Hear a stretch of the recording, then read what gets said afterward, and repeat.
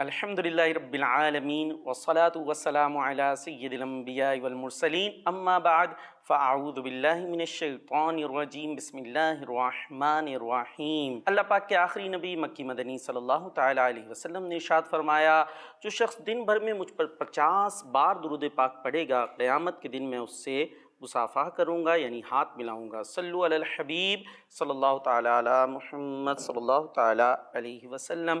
مدنی channel کے ناظرین، آپ دیکھ رہے ہیں پروگرام رمضان اور صحت۔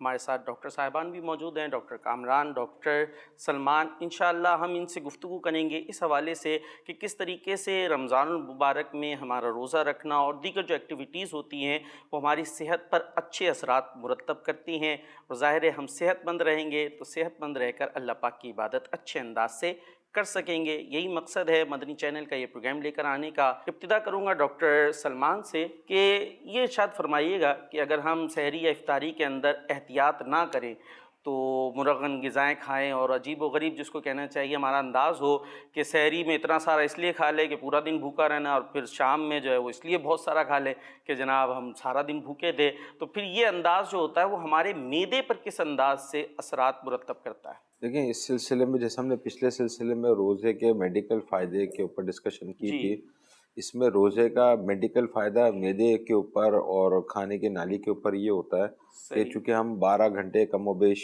12 سے 16 گھنٹے ڈپینڈنگ اپون ٹائم ہم روزہ کی کیفیت کے اندر ہوتا ہے، تو معدے کے اوپر کوئی وزن نہیں ہوتا، کھانے کا لوڈ نہیں ہوتا۔ معدے میں اگر سوزش یا تیزابیت یا ایسیڈیٹی یا گیسٹرائٹس ٹماٹم میں ہوتی ہے، اگر تھوڑی بہت ہوتی بھی ہے تو یہ معدہ ریکور کرنے کی پوزیشن کے اندر ہوتا ہے۔ تو اب جب چونکہ روزے کا یہ فائدہ ہے، اب روزے کی فاسٹنگ اگر ہم روزہ رکھتے ہیں، پرولونگ فاسٹنگ ہو جاتی ہے ہماری، تو صحت ملے گی معدے کو، معدے کے اندر جو تیزابیت ہے وہ بہتر ہوگی، لیکن ہمیں اس کے فائدے نہیں مل پاتے۔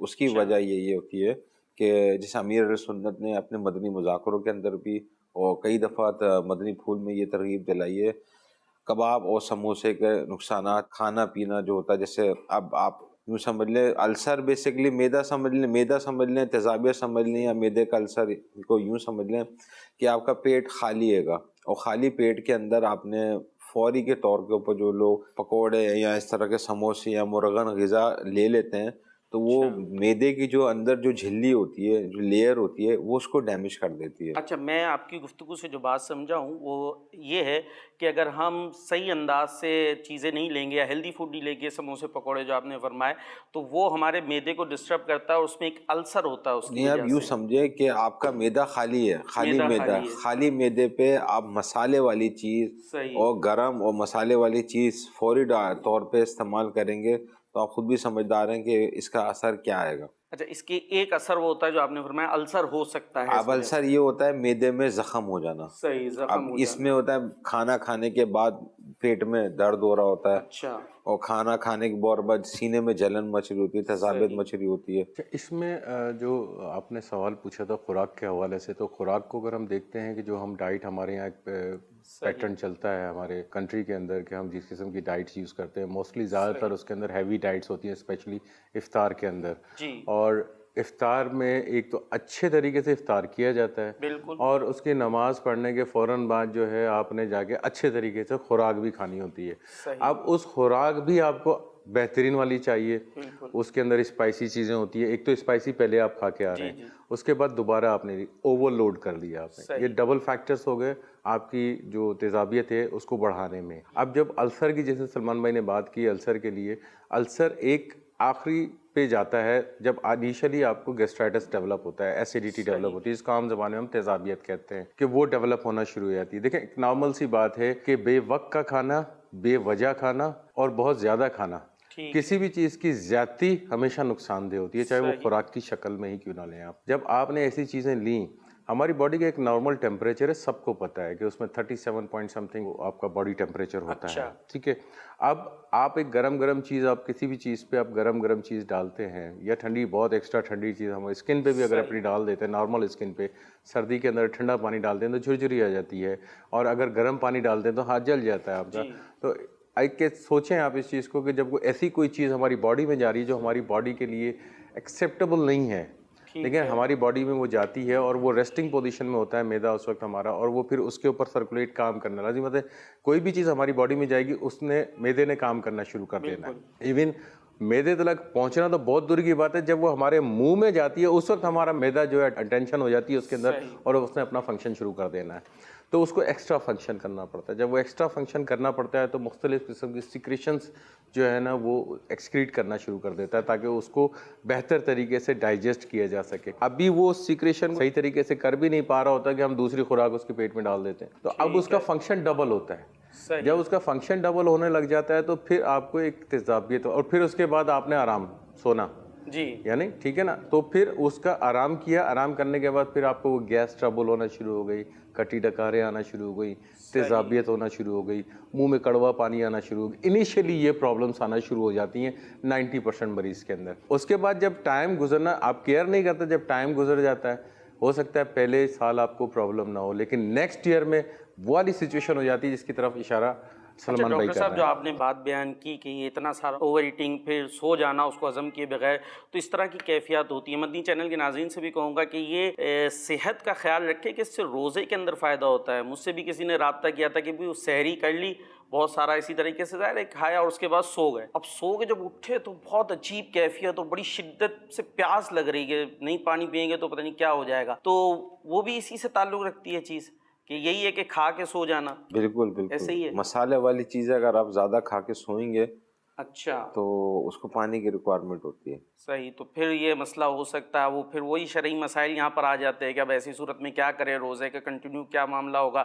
تو ظاہر ہے اس کے لیے دارالفتہ اہل سنت آپ کے سامنے موجود ہے, لیکن یہاں تک ہم نوبت تو خود ہی لائے نا کہ ایسا کھایا اور کھا کے اس کو ہضم بھی نہیں کیا اور سو گئے. اچھا, ایک تیزابیت میدے کی اور السر, یہ دو الگ چیزیں ہیں یا ایک ہی ہیں؟ دو الگ چیزیں. اچھا, دو الگ چیزیں. بہت سارے لوگوں کو ہوتا بھی ہے, یہ السر کی بیماری ہوتی ہے, تیزابیت کا معاملات ہوتے ہیں. اس پر روشنی ڈالی ڈاکٹر صاحبان نے. اب اس کی طرف بھی آتے ہیں کہ پھر اس کو کیسے کنٹرول کرے اگر یہ بیماری ہو گئی ہے, تو اس کے لیے آپ کیا بیان کریں گے, اور اس سے بچنے کے لیے کیا کرنا ہے اس کو اگر مزید. اچھا, سب سے پہلے تو دیکھیں جب السر کا نام لیا جاتا ہے نا سائیکولوجیکلی بہت پریشر پڑتا ہے ایک آدمی کو, السر بیماری ہو گئی. حالانکہ السر بہت بڑی بیماری نہیں ہے خدا نخواستہ. اچھا. لیکن اس کا نام ایک ایسی بیماری سے ملتا جلتا ہے جس سے خوف آتا ہے, کینسر. اچھا. تو وہ ایک سائیکولوجیکل ایفیکٹ پڑتا ہے السر اور کینسر. ٹھیک ہے, تو ذہن میں یہی چیز آتی ہے. ہاں, السر کو آپ چھوڑ دیں گے انٹریٹڈ, وہ کینسر میں تبدیل ہو سکتا ہے, یہ ہو سکتا ہے. لیکن السر اٹ سیلف ٹریٹیبل بیماری ہے, ٹھیک کی جا سکتی ہے, نان ٹریٹیبل نہیں ہے. نہ ہی اس کے اوپر سوار کرنے سے الٹیمیٹلی آپ کو نقصان ہوگا, کیونکہ جب آپ اس کو سوار کر لیتے ہیں تو السر ٹھیک ہونے کے بجائے مزید بگڑتا ہے. اس میں ایک ہمارے یہاں ڈیولپ ہوتا ہے, اس کو نام کہتے ہیں اسٹریس السر. اچھا. اسٹریس کی وجہ سے اس کے اندر مزید خرابی پیدا ہونا شروع ہو جاتی ہے. صحیح. تو آپ کو اللہ نہ کرے اگر ایسی کوئی سچویشن آتی ہے کہ ڈاکٹر آپ کو ڈائگنوز کرتا ہے کہ آپ کو السر ڈیولپ ہو گیا ہے, صحیح, کوئی پریشانی کی بات نہیں ہے اس کے اندر. ڈاکٹر کی ہدایت کے مطابق جو وہ ہدایت آپ کو دیتا ہے ادویات کی شکل میں, کھانے پینے کی شکل میں, منوان اس کے اوپر عمل کیجئے, انشاءاللہ عز و جل اس سے آپ کو کافی حد تک فائدہ ہو جائے گا. عمومی طور پہ بہت حد تک بہتر بھی ہو جاتے ہیں. اس میں دو چیزیں ہوتی ہیں السر کے اندر, ایک خوراک کی وجہ سے ہوتی ہے, صحیح, اور ایک جراثیم ہوتا ہے اس کی وجہ سے ہوتی ہے. دونوں کا ٹریٹمنٹ ڈفرینٹ ہے, ایک جیسا ٹریٹمنٹ نہیں ہے. تو عمومی طور پہ ہوتا کیا ہے کہ وقتی طور پہ دوا لے لیتے ہیں, دوا لینے سے وہ تکلیف ختم ہو گئی, ساری چیزیں ختم ہو گئی, تیزابیت بھی ختم ہو گئی, لیکن اگین دوبارہ وہ پرابلم ہو گئی. تو اس کے لیے آپ کو ایک ٹیسٹ کروانا پڑتا ہے, آیا آپ کو واقعی ڈائٹ کی وجہ سے ہوا ہے یہ پرابلم, یا کوئی اندر جراثیم ہے جو آپ کے معدے میں زخم پیدا کر رہا ہے اس کی وجہ سے ہوا. اگر وہ جراثیم کی وجہ سے وہ السر ڈیولپ ہوا ہے آپ کو, کیونکہ علامات تقریباً ایک جیسی ہوتی ہیں ان کی, اچھا, آپ علامات سے ڈفرینشیٹ نہیں کر پاتے, سے عمومی طور پہ نہیں کر پاتے, آپ کو انویسٹیگیشن کی طرف جانا پڑتا ہے. تو اگر آپ وہ انویسٹیگیشن کرا لیں گے تو ایک پراپر ڈائگنوسس بن جائے گا. جب پراپر ڈائگنوسس ہو جاتا ہے تو اس کی ٹریٹمنٹ کرنا بہت آسان ہو جاتی ہے. جسٹ 15 ڈیز کا کورس ہوتا ہے اس کا, 15 دن کے اندر یہ ٹھیک ہو جاتی ہے, کوئی اتنا بڑا ایشو نہیں ہے. لیکن پھر اس میں امپورٹنٹ چیز یہ ہوتی ہے کہ آپ اپنے خوراک کے معاملات پہ ضرور دھیان دینا ہے, کیونکہ آپ کی ذرا سی کوتاہی خوراک کے معاملے میں آپ کو مختلف بیماریوں میں مبتلا کر سکتی ہے. اللہ اکبر. یہ ایک چیز نہیں ہے, یعنی یوں کہہ سکتے ہیں اگر یہ معدہ صحیح ہوتا ہے تو سارا جسم ٹھیک ہو جاتا ہے, اور اگر معدہ خراب ہو گیا تو پھر جیسا ڈاکٹر صاحب نے کہا پھر ایک چیز نہیں اور بھی بیماریاں اس سے نکل سکتی ہیں. تو اپنے معدے کا خیال رکھنا ہے, اور یہ رمضان اور غیر رمضان دونوں صورتوں کے اندر ہم نے اس کو توجہ دینی ہے کہ ہمارا معدہ ٹھیک رہے. تو اس کے لیے اب کیا کرنا چاہیے؟ اچھا یہاں اگر میں ڈاکٹر صاحبان کو اپنے ساتھ شامل کروں اور یہ جاننا چاہوں کہ اگر کوئی ایسی پرابلم ہو جیسے تیزابیت ہے یا السر ہے خدا نخواستہ، تو ان کے لیے آپ کیا سجیسٹ کریں گے کہ کیا کس طرح سے سحری کریں، افطاری کریں، یا کیا کرنا چاہیے؟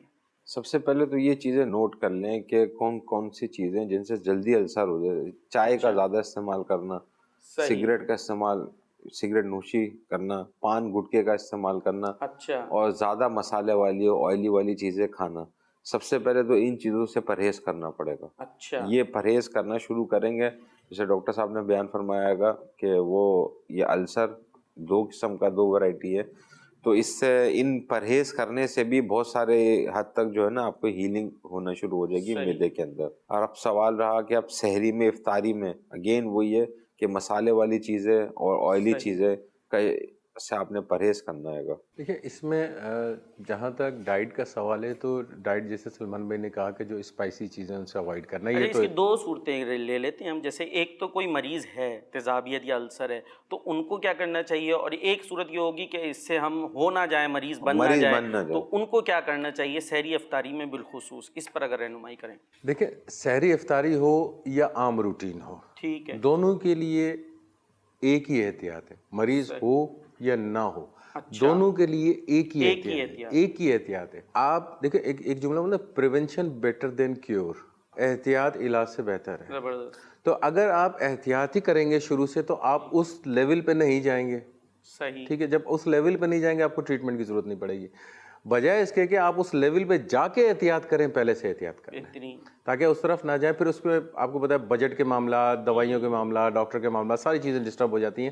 تو آپ پہلے سے ہی احتیاط کریں، نیند پوری کریں، پانی کا استعمال پراپر لیں. اسپائسی چیزیں جیسے ڈاکٹر صاحب نے دو چار چیزوں کی طرف نشاندہی کی، سگریٹ نوشی ہے، الکوہل ہے، یا کیا کہتے ہیں تمباکو ہے، پان ہے، ان کا استعمال، چائے، کافی، ان چیزوں کا استعمال بہت زیادہ اگر لوگ کرتے ہیں تو اس کو اوائڈ کرنا چاہیے.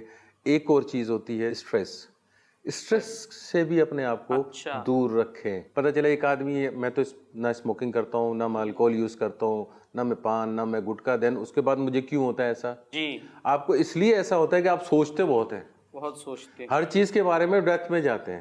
لمٹ میں رہ کے کام کریں، ہر چیز کے اوپر نہ جائیں.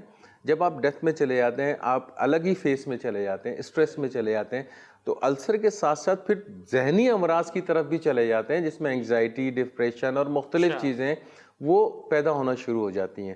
تو بہتر یہ ہے کہ اپنے آپ کو کام ڈاؤن رکھیں، کول ڈاؤن رکھیں بالکل، اور نارمل ڈائٹ لیں. اسپائسی چیزیں جو ہیں وہ نہ لیں، وقت پہ کھانا کھائیں، امپورٹنٹ چیز ہے. ہمارے یہاں ایک ٹرینڈ یہ ہوتا ہے کہ عام روٹین میں، رمضان سے ہٹ کے میں بات کرتا ہوں، ہمارے یہاں ٹرینڈ ہے کہ صبح کا ناشتہ ہم 12 بجے کھا رہے ہیں، دوپہر کا کھانا 5 بجے کھا رہے ہیں، رات کا کھانا 1 بجے کھا رہے ہیں. یہ ٹرینڈ آپ کو چینج کرنا پڑے گا. اگر آپ نارمل روٹین پہ پراپر ٹائمنگ، جو ایک ٹائمنگ ہوتی ہے ناشتے کی، دوپہر کے کھانے کی، رات کے کھانے کی، اس ٹائمنگ میں آپ لیں، پراپر پانی لیں، پراپر غذا کا انتخاب کریں، مرچوں کا انتخاب مناسب رکھیں، اور تھوڑی ایکسرسائز رکھیں اپنے ساتھ. اب وہ چاہے آپ فجر کی نماز کے بعد کر لیں یا رات کے کھانے کے 2-2.5 گھنٹے کے بعد کر لیں، ایون صرف 12 منٹ بھی کر لیں گے وہ بھی آپ کے لیے کافی ہے. صرف سمپل واک، برسک واک جس کو ہم کہتے ہیں کہ تھوڑا سا تیز چلنا، برسک واک بھی کر لیں گے وہ بھی آپ کے لیے کافی ہے. تو 3-4-5 چیزیں ہیں جس کو آپ کر کے ان چیزوں سے بچ سکتے ہیں آرام سے. جی مدنی چینل کے ناظرین، بہت خوبصورت گفتگو کی ہمارے ڈاکٹر صاحبان نے. اب ان چیزوں کو عمل کرنا ظاہر ہے یہ مجھ پر اور آپ پر ہی ہے. ان چیزوں کو اچھی طریقے سے سمجھیں اور ہم ان بیماریوں سے بچیں اور صحت مند رہ کر اچھے انداز سے اللہ پاک کی عبادت کر سکیں. اور یہاں پر جو ہمیں ایک بات سمجھنے کو ملتی ہے کہ دیکھیے یہ جو احتیاطیں بتائی جا رہی ہیں، مرغن غذاؤں سے بچنا، بہت زیادہ نہ کھانا، اوور ایٹنگ نہ کرنا، اور جو ہے نیند پراپر لینا، اور بہت ساری چیزیں جو بیان کی گئیں. اب روزے کا اگر آپ پیغام دیکھیں تو اس میں ہمیں کیا سکھایا جاتا ہے؟ اپنی خواہشات پر قابو کرنا. یہی تو پیغام ہے کہ دن بھر جو روزے کے ٹائمنگ ہے اس کے اندر تو حرام تو ویسے ہی نہیں کھانا تھا، حلال غذا سے بھی رکنے کا درس دیا جا رہا ہوتا ہے کہ اپنی خواہش کو روک کے، آپ کی طلب ہو رہی ہے کہ میں یہ بھی کھا لوں، یہ بھی کھا لوں، لیکن اس سے رک جائے. اب آپ نے دن بھر تو رک گئے، لیکن جیسے ہی افطار کا ٹائم آیا اس کے بعد آپ نے بے دریغ کھانا شروع کر دیا اور پھر کھائے چلے جا رہے، پہلے کھایا پھر کھایا پھر کھایا. تو اس کے بعد پھر جو ہمیں دن بھر پیغام ملا تھا کہ اپنی خواہشات کو کنٹرول کریں، وہ پیغام کہاں چلا گیا. اور اس کے علاوہ دین اور شریعت ویسے ہی بہت زیادہ کھانے کو پسند نہیں کرتی. ہمارے پیارے آقا علیہ الصلوۃ والسلام کا جو سنت طریقہ ہے, جو آپ کا انداز ہے کھانے کا, وہ بھی ہم سب جانتے ہیں کہ کم کھانا, یہ ہمیں دین اور شریعت نے سکھایا ہے. تو ان چیزوں کو اگر ہم لیں گے اور اچھی نیتوں کے ساتھ لیں گے تو اس سے ہمیں دینی اور دنیاوی دونوں فوائد حاصل ہوں گے. تو اچھی نیتوں کے ساتھ ہم نے ان باتوں کو عمل کرنا ہے. ڈاکٹر صاحبان کی طرف میں یہ سوال لے کر آؤں گا. حضور جو کچھ آپ نے فرمایا کہ یہ نہ کھائیں, کباب, سموسے, پکوڑے اور بہت ساری چیزوں سے آپ نے جیسا منع کیا, تو ہو سکتا ہے مدنی چینل کے ناظرین کے ذہن میں سوال بھی آ رہا ہو کہ پھر کیا کھائیں, سب کچھ چھوڑ دیں, کچھ نہیں کھا سکتے, تو کیا فرمائیں گے؟ جیسا کھانے کی احتیاطیں بھی تو اس طرح پینے کی بھی احتیاطیں بھی ہیں. اچھا, ابھی کھانا منع, پینا بھی منع. نہیں, جیسے عموماً بچوں کے اندر بھی, اب یہ ڈاکٹر صاحب بھی اس کو انڈوز کریں گے, بچوں کے اندر بھی اب میدے کا السر, میدے کی بیماریاں اب ملنا شروع ہو گئیں. اس کی وجوہات یہی ہے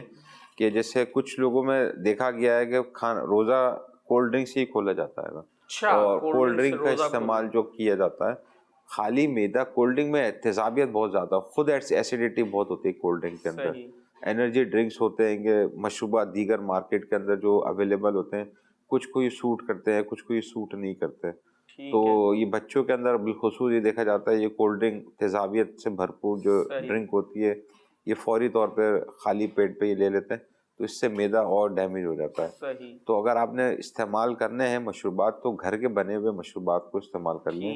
اور روزہ کھولنے کا جو صحیح طریقہ, جو میری ناقص عقل کے مطابق, وہ یہ ہے کہ سادہ پانی کے ساتھ پہلے آپ روزہ کھول لیں, اس کے بعد اپنے میدے کو تھوڑی دیر بریک دے دیں, پھر کھانے پینے کا سلسلہ اس کے بعد. یہی ہم ماشاء اللہ امیر اہل سنت دامت برکاتہم العالیہ کا طریقہ بھی دیکھتے ہیں کہ آپ پانی سے افطار کرتے ہیں, اس کے بعد پھر جو مناظر ہیں وہ مدنی چینل کے ناظرین دیکھتے ہی ہیں کس طریقے سے, پھر کیونکہ وہ خاص دعا کی قبولیت کا وقت ہوتا ہے, اللہ پاک سے دعاؤں میں مشغول ہو جاتے ہیں.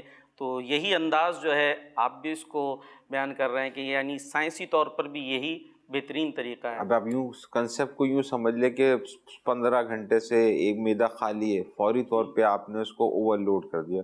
میدے کی بھی اپنی کیپیسٹی ہے سٹور کرنے کی, بھرنے کی, کھانے کی, پینے کی. یہاں پہ ایک چیز تھوڑا سا کلیئر کر لیں کہ ایک کنسیپٹ یہ نہ جائے سامیان کی طرف کہ ہم کوئی پابندی لگا رہے ہیں. پابندی, احتیاط اور پابندی دونوں میں. پہلے جو بات تھی کہ کھانے پہ منع, اب انہوں نے پینے سے بھی بہت کچھ منع کر دیا. منع نہیں کر رہے, منع نہیں, جملہ ہم استعمال کر رہے ہیں احتیاط کریں. صحیح, احتیاط اور پابندی دونوں میں فرق ہے. احتیاط کے ساتھ کوئی چیز یوز کرنا, دیکھیں ڈرائیونگ احتیاط سے چلائیں, دیٹس گڈ, صحیح, لیکن اسی ڈرائیونگ کو رف چلائیں گے نقصان دہ ہو سکتی ہے. تو ہم ڈرائیونگ سے نہیں منع کر رہے, ڈرائیونگ سے منع نہیں کر رہے, احتیاط سے چلانے کے کر رہے ہیں. آپ غذا کھائیں, غذا بہت ساری چیزیں ہیں دنیا میں, سموسے اور پکوڑے پہ زندگی ختم نہیں ہو گئی ہے, اور بہت ساری نعمتیں موجود ہیں اللہ تعالیٰ کی جو آپ استعمال کر سکتے ہیں. اسپیشلی آپ فروٹس کو اگر آپ لے لیں تو فروٹس اتنی بہترین چیزیں ہیں, آپ نارمل روٹین میں ہم لوگ وہ چیزیں یوز نہیں کرتے ہیں جو ہمیں صرف رمضان میں فروٹوں سے حاصل ہو سکتی ہیں. اگر ہم وہ نارمل روٹین میں بھی فروٹس کو استعمال کریں تو آپ کو بہت زیادہ فوائد ہوں گے. اس کی ایک میں مثال دوں گا آپ کو کہ عمومی طور پہ ہمارے مشاہدے میں یہ آ رہا ہے, ہماری اپنی پریکٹس کے اندر, سلمان بھائی بھی اگر اس پہ بیان کر دیں, کہ کانسٹیپیشن, قبض کے پیشنٹ بہت زیادہ ہوتے ہیں, اسپیشلی رمضان میں بہت زیادہ مل جاتے ہیں ہم لوگوں کو. جب اس کے اوپر تھوڑا سا سوچ بچار کی گئی کہ ریزنز کیا ہیں, کیا وجہ ہے کہ اتنی کانسٹیپیشنز کے مریض آ رہے ہیں, قبض کے مریض ہمارے پاس اتنے زیادہ آ رہے ہیں. ایک ہی ریزن نظر آتی ہے, وہ ہے خوراک. خوراک کا پیٹرن ہم لوگوں کا بالکل بھی صحیح نہیں ہے. خوراک کا پیٹرن صحیح بالکل صحیح نہیں ہے. خوراک کا پیٹرن, کوئی اگر سبزی کھا رہا ہے تو سبزی کھائے جا رہا ہے, کوئی اگر گوشت کھا رہا ہے تو گوشت ہی کھائے جا رہا ہے, کوئی اگر فروٹ کھا رہا ہے تو فروٹ ہی کھائے جا رہا ہے. آپ تمام چیزیں بیلنس طریقے سے اگر آپ لیں گے, تمام آپ کا ہر چیز بہتر ہوتی چلے جائے گی. اسی طرح جب آپ فروٹس کا استعمال کرتے ہیں رمضان کے اندر, نو میٹر آپ کیا کھا رہے ہیں, آپ بریانی کھا رہے ہیں, آپ what ever fast food use کر رہے ہیں, لیکن اگر فروٹ آپ نے اچھے انداز میں یوز کیا افطار میں بالخصوص, تو آپ کو قبض کی, کانسٹیپیشن کی شکایت نہیں ہوگی. کیا بات ہے, ٹھیک ہے نا, یہ بہترین. دوسری, ایسیڈیٹی کی شکایت آپ کو نہیں ہوگی, کیونکہ آپ غور کریں رمضان میں فروٹ کس قسم کا اللہ تعالیٰ ہم کو دیتا ہے. کیا بات ہے, جس کے اندر پانی کی مقدار زیادہ ہوتی ہے. غور کریں آپ اس چیز کو. تربوز لے لیں, پانی سے بھرا ہوا. خربوزہ لے لیں, پانی سے بھرا ہوا.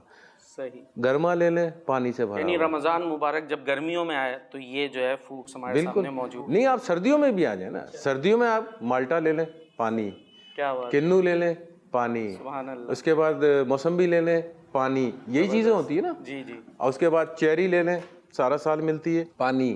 تو آپ پانی کی مقدار بھی وہاں پہ پوری کر رہے ہیں, صحیح. آپ کو ادھر سے منرل بھی مل رہے ہیں, آپ کو کاربوہائیڈریٹ بھی مل رہے ہیں, آپ کو بی کمپلیکس کی صورت میں بھی مل رہا ہے, اور سب سے امپورٹنٹ چیز ہے وٹامن سی آپ کو وہاں سے مل رہا ہے, جو آپ کا ڈیفنس میکینزم کو اسٹرانگ کرنے میں مدد دیتا ہے. کیا بات ہے, کیا تو جب آپ فروٹس کو استعمال کرتے ہیں تو آپ الٹیمیٹلی بہت سارے فوائد حاصل کر رہے ہوتے ہیں اپنی باڈی کے لیے, جس میں آپ اپنے نظام ہضم کو بہتر کر رہے ہوتے ہیں, اپنے ڈیفنس میکینزم کو بہتر کر رہے ہوتے ہیں, اور آپ کی جو کانسٹیپیشن کی عمومی طور پہ شکایت ہوتی ہے اکثر مریضوں کو, اس میں کافی حد تک بہتری آ جاتی ہے. زبردست. مدنی چینل کے ناظرین, یہاں دو باتوں کی طرف توجہ دلانا چاہوں گا. ایک تو یہ اللہ پاک کی نعمتیں, یہ جن فروٹس کے بارے میں بتایا گیا, یہ جب ہم استعمال کریں, رمضان المبارک کا مہینہ یوز کرتے ہی ہیں, ان فروٹس کو جب کھائیں تو ذرا اس طرف بھی توجہ لے کر جائیں کہ یہ اللہ پاک نے کیسی زبردست نعمتیں ہمیں عطا فرمائی ہیں, اور پھر دل کی گہرائیوں سے جیسے کہنا چاہیے اللہ پاک کو شکر ادا کریں کہ اس نے کیا زبردست یہ فروٹس ہمیں عطا فرمائے. اور دوسری بات کی طرف میں نے یہ توجہ دلانی تھی کہ یہ جب ان چیزوں کو خیال رکھ کر ہم کھائیں گے, تو کھانے پینے سے ہم نے منع نہیں کیا, لیکن اگر ہم اچھے انداز سے متناسب غذا جو فرمایا اس کے مطابق ہم ان چیزوں کو یوز کریں گے, غذاؤں کو لیں گے, تو انشاءاللہ پھر بہت ساری بیماریوں سے ہم بچ جائیں گے, مشکلات سے بچ جائیں گے. شکایتیں آتی ہیں, سوالات آتے ہیں کہ جناب تراویح پڑھنے میں مشکل ہو رہی ہے, پیٹ کے اندر بڑے مسائل ہوتے ہیں, گیس وغیرہ کی پرابلمس ہونا شروع ہو جاتی ہیں. تو اب آپ عبادت کرنا چاہ رہے ہیں لیکن جناب گیس کی پرابلم ہے, وضو نہیں باقی رہ پاتا, تو وضو غور کیجئے, کچھ اپنی ہی اداؤں پہ غور کر لیجئے, کچھ اپنے انداز پہ غور کر لیجئے. اگر سحری و افطاری کے اندر اور دیگر کھانے کے وقت میں ہم اپنے پر کنٹرول کریں گے تو انشاءاللہ پھر جو عبادات میں اگر پرابلمز آتی ہیں تو پرابلم سے ہم بچ سکیں گے, اور جس کو کہنا چاہیے خشوع و خضوع کے ساتھ, توجہ کے ساتھ ہم عبادت کر سکیں گے. تو ہمیں اجازت دیجیے, انشاءاللہ نیکسٹ ایپیسوڈ کے ساتھ پھر حاضر ہوں گے. صلو علی الحبیب صلی اللہ تعالی علی محمد صلی اللہ تعالی علیہ وسلم.